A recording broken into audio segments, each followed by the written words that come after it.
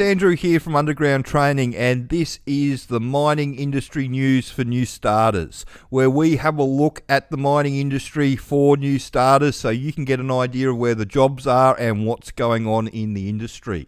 So to start with, let's jump over and let's have a talk about what's going on with gold.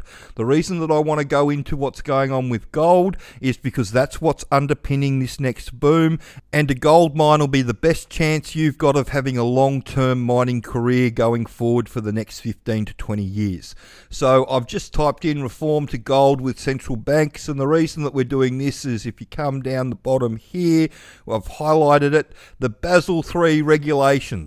Why has this put a floor under gold? Well, the reason that this has put a floor under gold is it's made gold money again. So it's made it a tier 1 asset. So how does that fit in? So if you jump over here and we go Basel III regulations and gold, and so as of July 1st, 2025, so a couple of weeks ago, gold will officially be classified as a tier 1 asset. It means the banks can now use the gold at 100% of its market value towards their reserves, and that means that they can lend out against it. So they can use the fractional reserve system to lend out against it. And what does that mean for all these banks? Well, it means that gold becomes a very good asset to have instead of cash. Why? Because if all the central banks are doing it, the gold price is probably going to go up. And at the moment, the gold price has got a base of about $5,000 an ounce Australian. So if we jump over and have a look at the gold price, it's over $5,000 an ounce. It's $5,200 an ounce spot. The spot price in Australian dollars, it's well over $3,000 US. That's not going to come down. What they've done here with making it a tier 1 asset has put a floor underneath it. And this is why on all your gold and copper mines around the country, they're desperately looking for people because everybody's trying to ramp up production.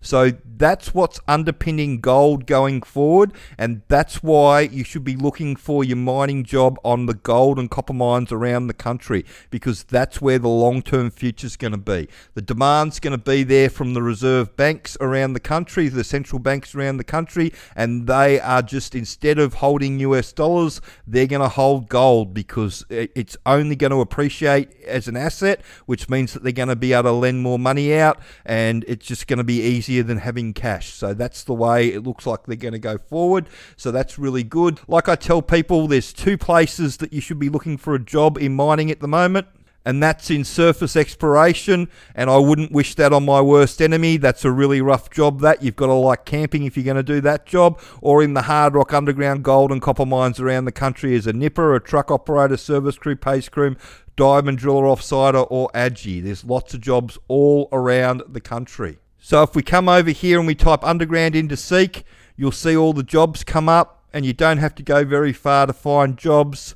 So there's nipper and truck and service crew there in New South Wales, diamond driller, offsider, pace crew, underground truck operator, entry-level offsider, entry-level truck, Calibre Resources. They take lots of people up around Mount Isa. They're always looking for people.